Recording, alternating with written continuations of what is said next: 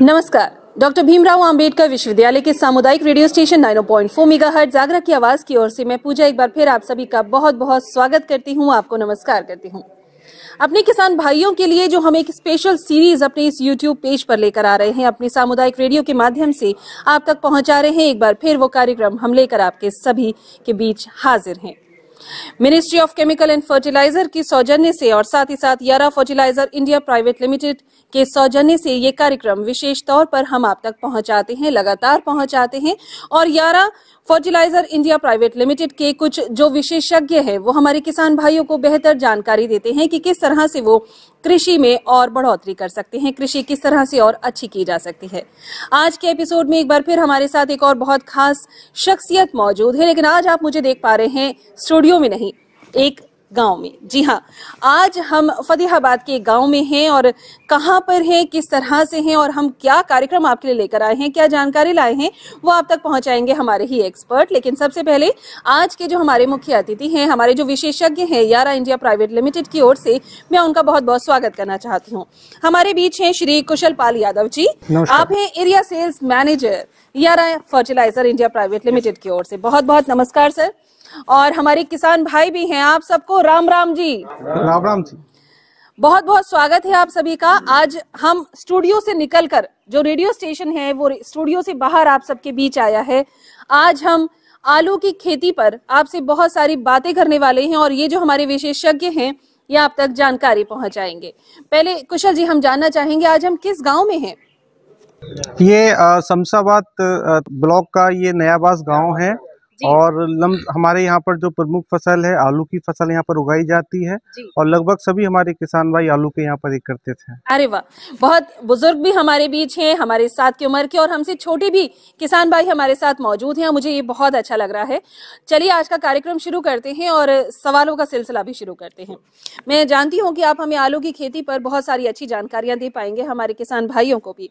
तो सबसे पहला सवाल ही मेरा आपसे ये रहेगा कि उपयोग के आधार पर आलू की फसल की सामान्य जानकारियां जो हैं वो आप हमें सभी के साथ में शेयर कीजिए। बहुत अच्छा प्रश्न है मैम। चूंकि जिस क्षेत्र में हम लोग यहाँ पर आज एकत्रित हुए हैं, यहाँ पर हमारे किसानों की जो प्रमुख फसल आलू है और आज की गोष्ठी के माध्यम से आलू की फसल पर ही हम चर्चा करेंगे। अगर हम लोग आलू की बात करें तो आलू की फसल हमारे भारतवर्ष में 300 वर्ष से भी पूर्व से उगाई जा रही है। यह एक कंद वाली नकदी फसल है। अगर इसके हम पोषकता की बात करते हैं तो आलू एक हमारे गरीबों के भोजन के रूप में भी जाना जाता है। इसका तात्पर्य ये है कि आलू को हम बहुत आसानी से हमें जगह जगह पर उपलब्ध हो जाता है। अगर हम फसल की श्रेणी के हिसाब से बात करें तो ये विश्व की चौथी फसल है। इसको धान, मक्का और गेहूं के बाद में चौथे स्थान पर माना जाता है। इसकी पोषकता की बात करें तो यदि अगर मनुष्य इसका सेवन करता है तो इसमें वसा, प्रोटीन, कार्बोहाइड्रेट, स्टार्च, ये सभी चीज़ें इसके अंदर जो है बखूबी मात्रा में पाई जाती है। यदि खाली प्रतिदिन अगर हमारे मनुष्य इसका 1.5 किलो से 2 किलोग्राम प्रतिदिन में सेवन करते तो अन्य खाद्य पदार्थ की आवश्यकता हमारे शरीर को, हमारी ऊर्जा को जो प्रदान करने के लिए पर्याप्त होती है। वहीं पर अगर हम लोग बात करते हैं आलू के उपयोग के मामले में, तो यहाँ पर उपयोग और कंजम्पशन की बात करते हैं तो 65% मात्रा अगर हम लोग बात करते हैं तो डेली फूड्स में या प्रतिदिन हमारे उपभोग के लिए इसका इस्तेमाल किया जाता है। 10% जो उपयोग हमारा है वो बीज के लिए इस्तेमाल हमारे किसान भाई करते हैं। 15% इसका जो उपभोग है वो आपका प्रोसेसिंग में किया जाता है, जिसमें हम लोग जानते हैं कि भिन्न भिन्न प्रकार के हमारे फिंगर चिप्स या हम लोग अन्य प्रकार के जो औद्योगिक जो आसानी से उपलब्ध होने वाली जो नमकीनें हैं उसमें इसका इस्तेमाल किया जाता है। और अगर औद्योगिक रूप में भी अगर हम लोग बात करें तो स्टार्च बनाने में इसका मुख्य रूप से इस्तेमाल किया जाता है व कई प्रकार की और चीज़ों को बनाने के लिए इसका इस्तेमाल औद्योगिक तरीके से किया जाता है। जी, बहुत अच्छा। तो यानी कि बात अगर मट्ठे की आलू की हो या मेथी आलू की, आलू तो चाहिए ही चाहिए और स्वाद वाला आलू चाहिए। बिल्कुल जी जी। आलू की फसल की जो अवस्थाएं हैं कुछ उसके बारे में संक्षेप में हमें बताइए। मैम, आलू चूंकि अगर हम बात करें तो 120 से 130 दिन की प्रमुखता यहाँ पर फसल ली जाती है। चूंकि यहाँ पर पूर्ण अवधि की फसल ली जाती है तो अवस्थाओं की बात करें तो हमें ये जानना अति आवश्यक हो जाता है कि फसल की क्या क्या अवस्थाएं हैं। अवस्थाओं में जैसा कि हम लोग जानते हैं कि अक्टूबर 15-16 से लेके 20 अक्टूबर तक हमारे यहाँ पर बिजाई शुरू हो जाती है।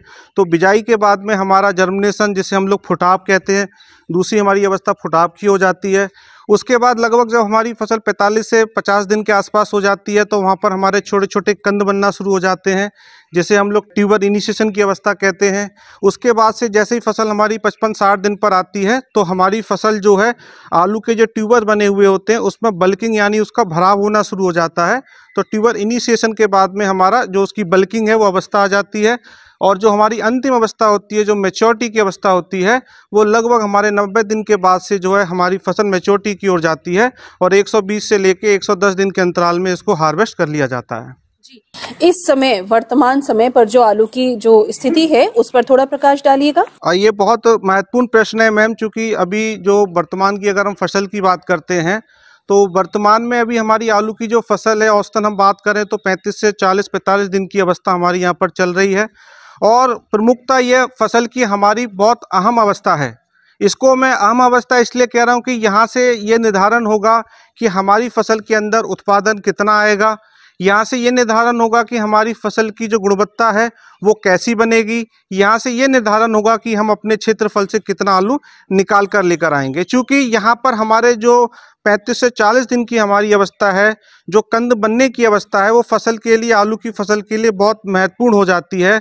उसी क्रम में यहाँ पर हमारी फसल को प्रतिदिन के हिसाब से बहुत ज़्यादा पोषक तत्वों की भी आवश्यकता होती है, भिन्न भिन्न प्रकार की कृषक क्रिया को करने की भी आवश्यकता होती है। यहाँ पर हमारी फसल को अन्य प्रकार की जो रोग कीट हैं उनसे बचाव के लिए स्प्रे की भी आवश्यकता होती है।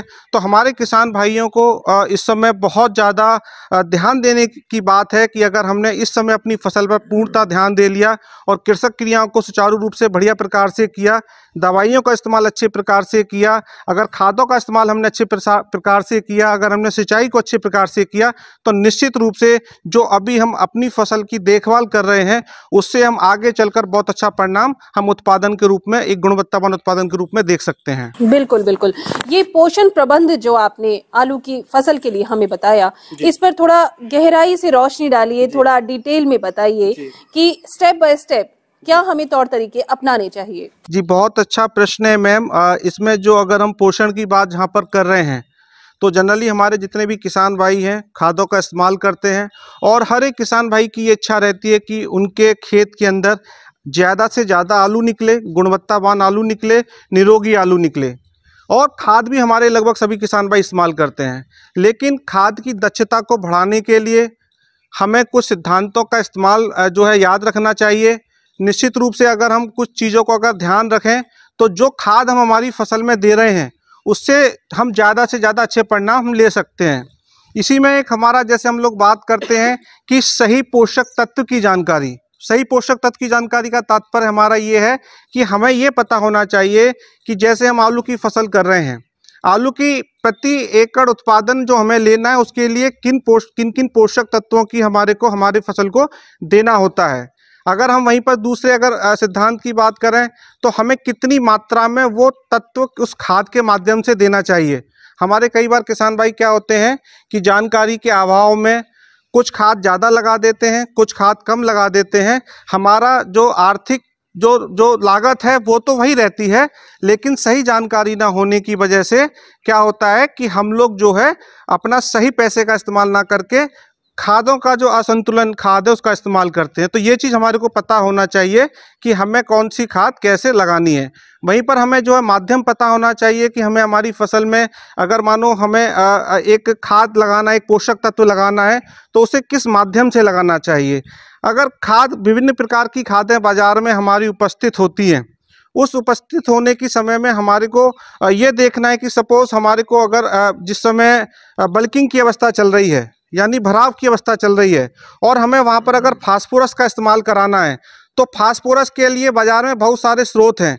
क्या वो फास्फोरस का हमारा इस्तेमाल हमें ज़मीन के माध्यम से करना चाहिए या पड़े छिड़काव के माध्यम से करना चाहिए। तो अगर हमारे को ये चीज़ पता होता है तो निश्चित रूप से अगर हम अपना जो है उसको अगर फास्फोरस को पड़े छिड़काव के माध्यम से देते हैं तो उसके लाभ हमें ज़्यादा से ज़्यादा मिलते हैं। तो टाइमिंग की भी बात यहाँ पर हमें ध्यान रहना चाहिए कि फसल की अवस्था, अगर बिजाई के समय हमें कितनी कितनी खाद लगानी है, हमें समय अगर बिजाई की है तो वहाँ पर कौन सी खाद लगानी है, हमारी अगर मानो वनस्पति अवस्था है वहाँ पर कौन सी खाद लगानी है, अगर बल्किंग हो रही है वहाँ हमें कौन सी खाद लगानी है। तो टाइमिंग अगर हमें पता होता है कि किस अवस्था पर कौन सी खाद लगानी है, जो कि समय समय पर हम जो वैज्ञानिक खेती के माध्यम से आपके बीच में आकर बताते रहते हैं कि हमारे को बिजाई के समय उदाहरण के तौर पे अगर 3 से 4 पैकेट वहाँ पर अगर डीएपी डालने की आवश्यकता है, अगर उसकी जगह अगर आप 5, 6 या 7 पैकेट डीएपी का इस्तेमाल कर रहे हैं तो वहाँ पर उतनी खाद लगाने की आवश्यकता नहीं है। अगर आपके 3 से 4 पैकेट आप डीएपी का प्रति एकड़ के हिसाब से इस्तेमाल करते हैं तो खाद आपकी पर्याप्त है। और दूसरे क्रम में कई बार हम लोग देखते हैं कि कुछ खादों को हम लोग आवश्यकता के बाद में भी लगाते हैं, जैसे मैच्योरिटी के बाद में लगाते हैं। फसल हमारी 70-80 दिन की हो जाती है तो उस अवस्था पर जब फसल मैच्योरिटी की अवस्था पर होती है वहाँ पर सारे उस अवस्था पर सिर्फ परिपक्वता की अवस्था पर खाद लगाने की उतनी आवश्यकता नहीं होती है। उसको अगर हम उन खादों को 50 से 45 दिन की अवस्था पर लगाएंगे तो उनके ज़्यादा से ज़्यादा लाभ हम लोग पा सकते हैं। जी जी, स्टेप बाय स्टेप आपने बताया, यानी इसे 4R कंसेप्ट कहते हैं कि हमें सही सोर्स का, सही वस्तु का इस्तेमाल करना है, सही खाद का इस्तेमाल करना है, सही समय और सही मात्रा होनी चाहिए। और चौथा पॉइंट, सही न्यूट्रिशन का इस्तेमाल करना है, सही समय पे करना है, सही मात्रा में करना है और सही माध्यम से करना है। तो ये 4 बिंदु हमारे जो प्रमुखता हमें ध्यान में रखना चाहिए, बहुत ध्यान में रखनी चाहिए। अगर हम कीटनाशक की बात करें तो बहुत सारे मार्केट में ऐसी बहुत सी चीजें अवेलेबल है, लेकिन हम चाहते हैं कि कम से कम केमिकल या ना ही केमिकल हो, इस तरह के फर्टिलाइजर्स क्या यारा भी हमें उपलब्ध कराते हैं? और निश्चित रूप से मैम, चूंकि हम लोग अगर खाद की बात करें तो ये रासायनिक खाद ही होते हैं। इसके अंदर अगर हम लोग बात करते हैं तो ये हम लोग सुनिश्चित जरूर कर सकते हैं कि जिसके अंदर कम से कम कार्बनिक फुटप्रिंट्स वाले जो खाद हों, जो हमारी ज़मीन के लिए ज़्यादा लाभदायक हों, हमारी ज़मीन की जो उपजाऊ क्षमता है उसको बाधित ना करें, उसके स्ट्रक्चर को, संरचना को आप जो है सही तरीके से बनाए रखें, ऐसे खादों का इस्तेमाल करना चाहिए। क्योंकि रासायनिक खाद में कुछ खाद इस प्रकार के भी होते हैं जिससे हमारी ज़मीन की जो संरचना है या हमारा जो पर्यावरण है या वातावरण है उस पर भी उसका दुष्परिणाम होता है। तो हमें किन्हीं भी खाद उत्पादन के साथ साथ, चूँकि ये भूमि हम संरक्षित करनी है, हमें इस भूमि को जिस प्रकार से इसकी जो उपजाऊ क्षमता है इसको बनाए रखना है, साथ ही साथ अपने एनवायरनमेंट का भी ध्यान रखना है। तो जो हैवी मेटल्स वाले खाद हैं, जो ज़मीन के लिए ख़राब हैं, हमारे पानी के लिए ख़राब है, ऐसे खादों का इस्तेमाल हमारे को नहीं करना चाहिए या कम से कम करना चाहिए। बिल्कुल बिल्कुल, ये बहुत ज़रूरी है समझना कि हमें कितनी मात्रा का, किस तरह का इस्तेमाल करना चाहिए और किस समय पर करना चाहिए। बहुत अच्छी बात आपने कही, लेकिन अभी हम थोड़ा अगर आर्थिक स्थिति की तरफ जाकर बात करें तो ये जो पोषण प्रबंधन आपने हमें बताया है, समझाया है, इसका आर्थिक महत्व भी जरा समझाइए। निश्चित रूप से मैम, आपका बहुत अच्छा प्रश्न है। चूँकि जो भी खेती हम लोग कर रहे हैं वो कहीं ना कहीं एक आर्थिक लाभ के लिए हम लोग इस खेती को कर रहे हैं। और यहाँ पर अगर हम लोग संतुलित खाद की जो बात करते हैं, संतुलित खाद का ही हमारा तात्पर्य यह रहता है कि जो हमने सही खादों का इस्तेमाल किया है, अपनी लागत को सीमित किया है।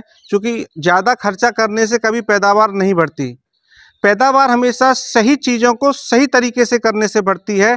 तो जहाँ पर आप बैलेंस न्यूट्रिशन का इस्तेमाल करेंगे, अच्छी प्रकार से कृषक क्रियाओं को आप अगर करेंगे, आप अगर संतुलित खादों का इस्तेमाल करेंगे तो ऑटोमेटिक आपका जो पैदावार है वो बढ़ेगी। और साथ ही साथ अगर हम आर्थिक लाभ की बात करें तो आर्थिक लाभ में हमारी जो क्वालिटी है, जो कि आलू के क्षेत्र की अगर हम लोग बात करें तो गुणवत्ता एक बहुत महत्वपूर्ण बिंदु है। यदि हमारी फसल की गुणवत्ता अच्छी हो जाती है तो हमारा आर्थिक लाभ ऑटोमेटिक बढ़ जाता है। तो यहाँ पर हमें इस चीज़ का विशेष रूप से ध्यान रखना है कि जो भी कृषक क्रियाएं हम लोग कर रहे हैं उसका हमारी फसल में क्या लाभ मिलेगा, उसके फ़ायदे को हमें समझना चाहिए। हमें एक्सपेरिमेंट करने से कभी भी हिचकिचाना नहीं चाहिए। एक्सपेरिमेंट का मतलब ये नहीं कि हमने कुछ नया कर दिया। एक्सपेरिमेंट का मतलब ये है कि सपोज़ अगर किसी व्यक्ति ने आपको कुछ सजेशन दिया कि अगर आप अमूल इस उत्पाद का इस्तेमाल करते हैं, वो किसी भी कंपनी का हो सकता है, आपको अगर वो सजेशन मिलता है और उसके एवज में आपको समझ में आता है कि ये उत्पाद अच्छा समझ में आता है, तो आप थोड़े क्षेत्रफल में उसको जो है अपने खेत में उसको प्रयोग करके देखें। जब भी आपको उससे संतुष्टि हो जाए कि आपने मानो मात्र 1 बीघा में उसका इस्तेमाल किया और उस इस्तेमाल करने से जो आपको अगर मानो उत्पादन में फ़ायदा हो रहा है, उसकी गुणवत्ता में फ़ायदा हो रहा है, आपके ट्यूबर साइजिंग में फ़ायदा हो रहा है, तो आपको उसको इस्तेमाल करके अवश्य देखना चाहिए। जी जी, आलू की बहुत सी वैरायटी कुशल जी मैंने मार्केट में देखी है और हम शहर वालों को तो इसकी ज्यादा जानकारी होती नहीं है, तो बताइए किस किस तरह के किस किस किस्म के आलू आजकल बाजार में है। अगर हम लोग बात करते हैं यहाँ पर आलू के लिए, तो यहाँ इन जो फसल है इसको 3 वर्गों में माना जाता है। इसको हम लोग जो है शॉर्ट ड्यूरेशन की क्रॉप, जो लमसम जो है 60 से 70 दिन 80 दिन के अंदर पककर तैयार हो जाती है।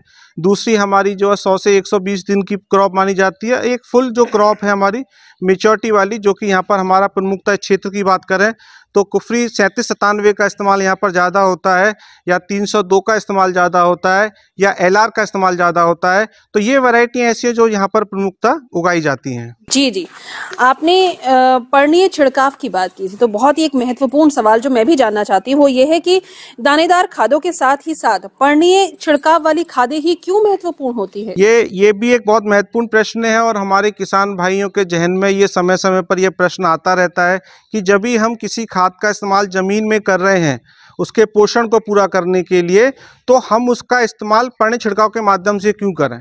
तो हमारे किसान भाइयों को ये जानना अति आवश्यक हो जाता है कि आलू हमारी एक छोटी अवधि वाली फसल है और उत्पादन के क्षेत्र में अगर हम लोग देखें तो यहाँ पर ज़्यादा से ज़्यादा उत्पादन हमें इसके रूप में मिलता है। जैसे मक्का की बात करें, उत्पादन हमें कम मिलता है। अगर हम गेहूं की बात करें तो क्वांटिटी की बात करें तो आलू में क्वांटिटी हमें ज़्यादा देखने को मिलती है। और फसल की अवधि की बात करें तो लगभग आपका जो है 120-130 दिन की अवधि की फसल है।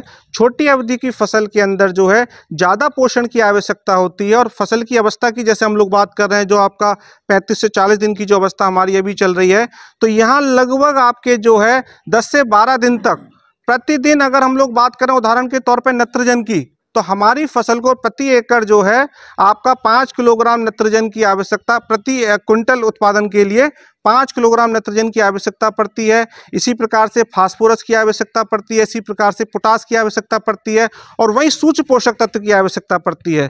तो कई बार क्या होता है कि हमारी फसल की जो अवधि है बहुत तेज़ी से बढ़ रही होती है।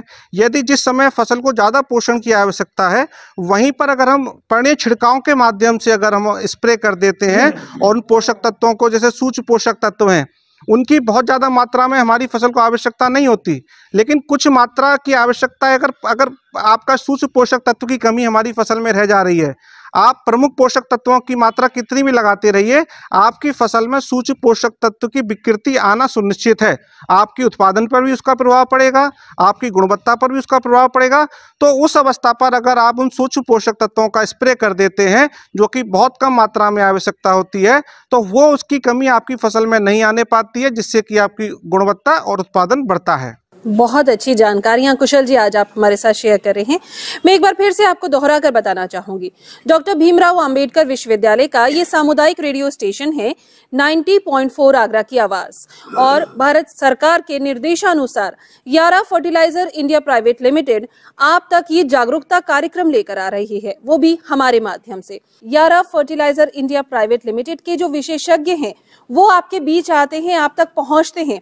अभी तक हम ये कार्यक्रम स्टूडियो में किया करते थे, हम आराम से वहां बैठकर बातचीत करते थे, लेकिन हमें लगा, खासतौर से Yara fertiliser India private limited company को लगा कि भाई आप किसान भाइयों के बीच आकर भी हमें कार्यक्रम करना चाहिए, आप लोगों से भी राय लेनी चाहिए और आप तक पहुंचकर आपके सही जवाब भी आप तक पहुंचने चाहिए, आपके सवालों की आपकी उत्सुकताएं भी खत्म करनी चाहिए। तो आज हमारे बीच है यारा फर्टिलाइजर इंडिया प्राइवेट लिमिटेड से श्री कुशल पाल यादव जी, जो आज आपको जानकारी दे रहे हैं आलू की खेती के बारे में। बहुत सारी अच्छी जानकारी आप हमारे साथ शेयर कर चुके हैं, लेकिन अभी भी मेरे पास कुछ सवाल है, हमारे किसान भाइयों से ही ये सवाल आए हुए हैं।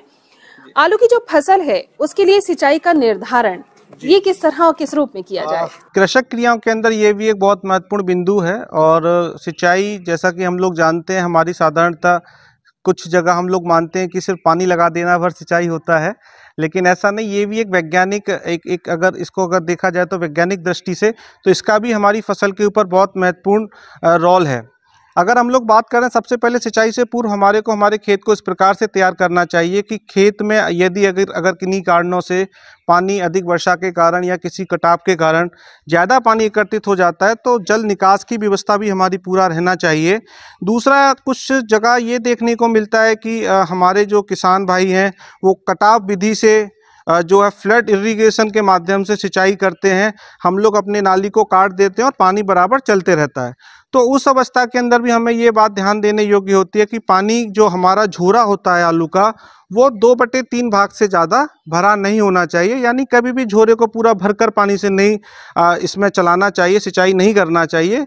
उसके कई सारी हानियाँ होती हैं। उससे कई बार ये होता है कि आपका जो झोरा होता है वो पानी के होने के वजह से आपका जो ठोर हो जाता है और जो आलू का फुटाव जो हो रहा होता है, जो फलाव हो रहा होता है, आलू ठीक से विकसित नहीं हो पाता है।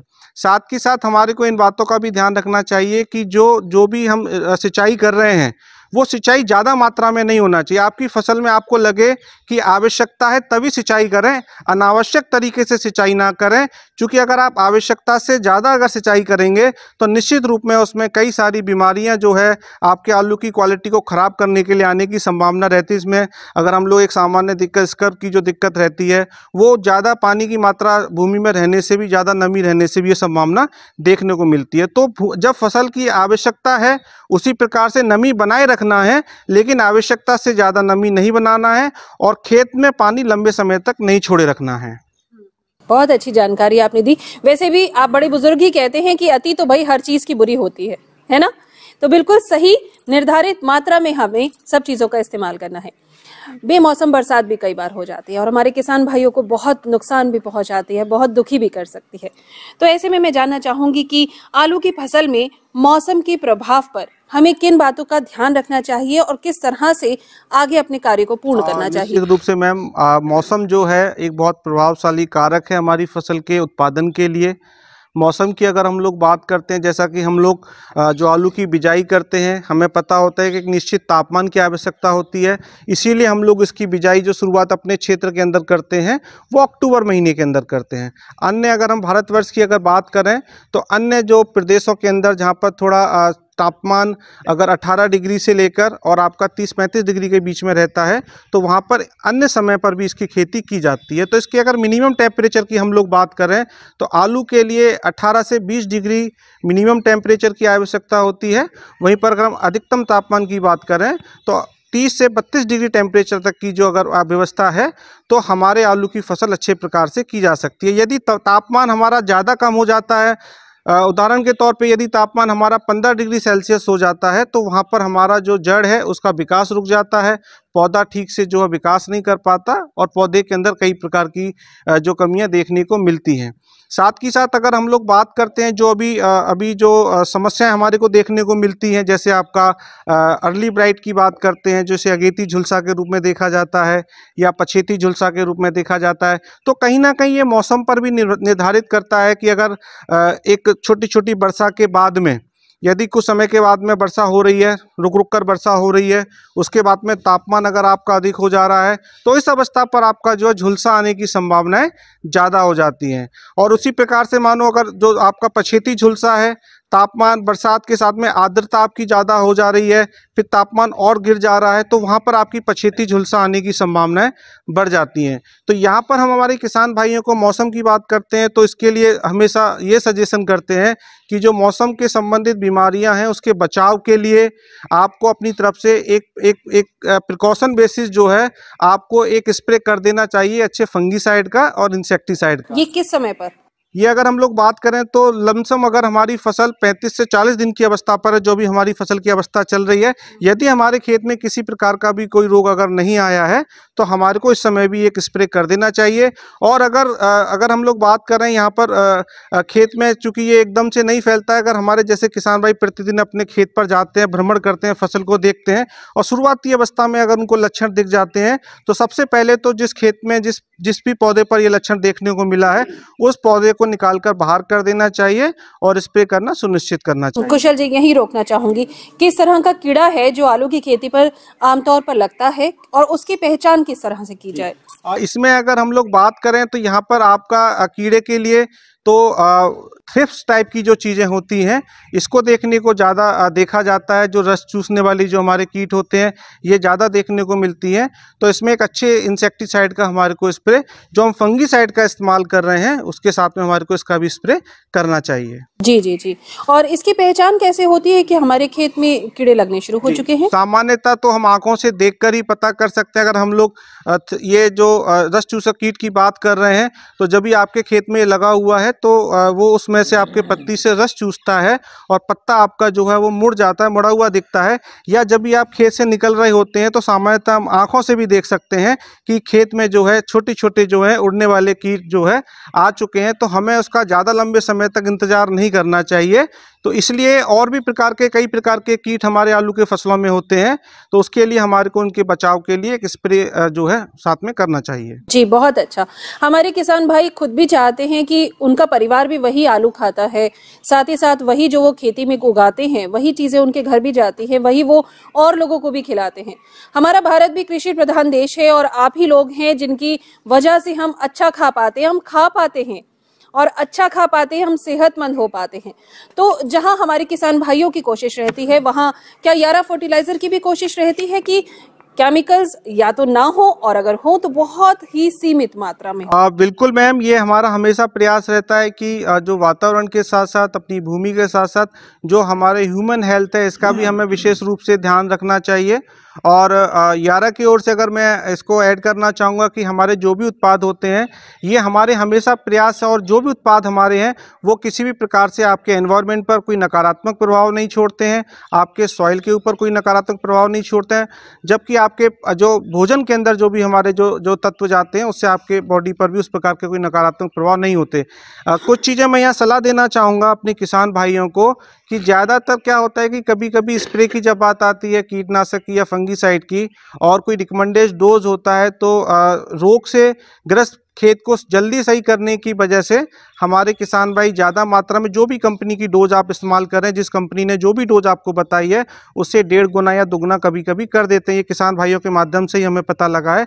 तो ये मेरी एक आपको सलाह रहेगी कि जो भी डोज आपको बताया जाता है, चाहे वो फर्टिलाइज़र का हो, चाहे वो आपका इंसेक्टिसाइड का हो, पेस्टिसाइड का हो या किसी प्रकार के भी रसायन का हो, आपको उतनी ही डोज का इस्तेमाल करना चाहिए। क्योंकि किसी भी चीज़ का अनावश्यक इस्तेमाल करना आपके शारीरिक रूप के लिए भी हानिकारक है, अपने एनवायरनमेंट के लिए भी, और तीसरा अपना आर्थिक रूप से भी हानिकारक है। क्योंकि संतुलित तरीके से अगर आप इस्तेमाल करेंगे तो आपको निश्चित रूप से इन तीनों चीज़ों से फायदा मिलेगा। बहुत अच्छी जानकारी कुशल जी आज आप हमें दे रहे हैं।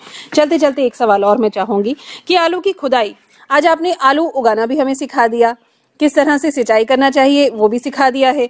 अब हम हार्वेस्टिंग की तरफ यानी उसकी खुदाई की तरफ हम बात करते हैं। तो आलू की खुदाई व छटाई के समय पर किस तरह की सावधानियां हमें बरतनी चाहिए, किस तरह के दिशा निर्देश जो बिल्कुल उपयुक्त रहते हैं वो हम सबको बताइए। बिल्कुल, जो पूरी फसल जो उगाई जाती है और हमारा सबसे ज़्यादा उत्साह उसी समय के लिए होता है कि हमारे खेत के अंदर कितना आलू निकलेगा। तो उससे पहले, खुदाई से पहले कुछ चीजों का सुंदर निकलेगा और कितना सुंदर गुणवत्तावान निकलेगा बिल्कुल। तो उन सब चीजों को करने से पहले कुछ हमें विशेष ध्यान रखना चाहिए।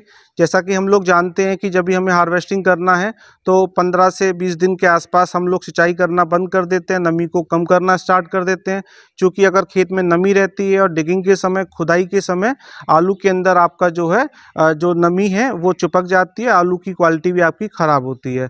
साथ ही साथ क्या होता है कि आलू के परिपक्वता के समय यदि आपका वेजिटेटिव जो अवस्था होती है तो उस समय आपका आलू की जो ऊपरी कवर है वो पूरा जिसका जो खोल है वो पूरा तैयार नहीं हो पाता है। तो इसलिए लगभग 15 से 20 दिन पहले आपको ऊपर की पाल को काट के बाहर कर देना चाहिए। जब भी 10 से 15-20 दिन तक आपका आलू इस अवस्था में रहेगा तो उसका लाभ आपको ये देखने को मिलेगा कि आपके आलू का जो ऊपरी छिलका है वो अच्छे प्रकार से बनकर तैयार हो जाएगा और आलू आपका देखने में सुंदर लगेगा।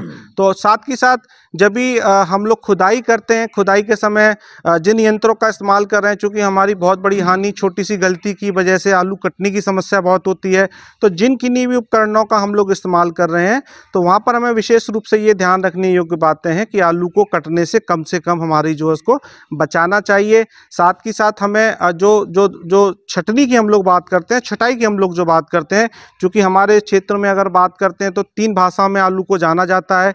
किर्री के नाम से जाना जाता है, गुल्ली के नाम से और छटनी के नाम से जाना जाता है। तो बाजार में जो सबसे अच्छा जो आलू जो विक्रय होता है वो छट्टा आलू, आप जिसको लोकल भाषा में बोलते हैं, उसका होता है। और हमारा उद्देश्य भी यही रहता है कि संतुलित खादों के माध्यम से, अच्छी कृषक क्रियाओं के माध्यम से हम छट्टा आलू को ज़्यादा से ज़्यादा निकाल पाएँ। तो वहाँ पर हमारे को जब ग्रेडिंग कर रहे होते हैं तो सही तरीके से हमें ग्रेडिंग करना चाहिए, दगीले आलू को बाहर कर देना चाहिए। यदि धूप आपकी ज़्यादा है तो उस समय आप जहाँ भी ढेरी लगा रहे हैं तो ये प्रयास करें कि वहाँ पर आप जो है किसी पेड़ के नीचे या ठंडे स्थान पर ढेरी लगाएं, क्योंकि किन्हीं कारणों से अगर ट्रांसपोर्टेशन में देरी हो जाती है तो ज़्यादा तापमान होने की वजह से आपके आलू के खराब होने की संभावना रहती है। मानो कहीं पर कोई अगर ठंडा स्थान नहीं है तो जो हमारा जूट का बैग होता है उससे उसको अच्छे तरीके से कवर कर देना चाहिए। और ग्रेडिंग के समय एक बात का विशेष ध्यान रखना चाहिए, चूँकि जो हम लोग समझते हैं ग्रेडिंग में जो भी हमारे साथी लोग ग्रेडिंग कराते हैं उस समय बहुत ज़्यादा मैन पावर की आवश्यकता होती है। तो उसमें एक्सपर्ट लोग भी कुछ होते हैं, नए ट्रेंड लोग भी होते हैं।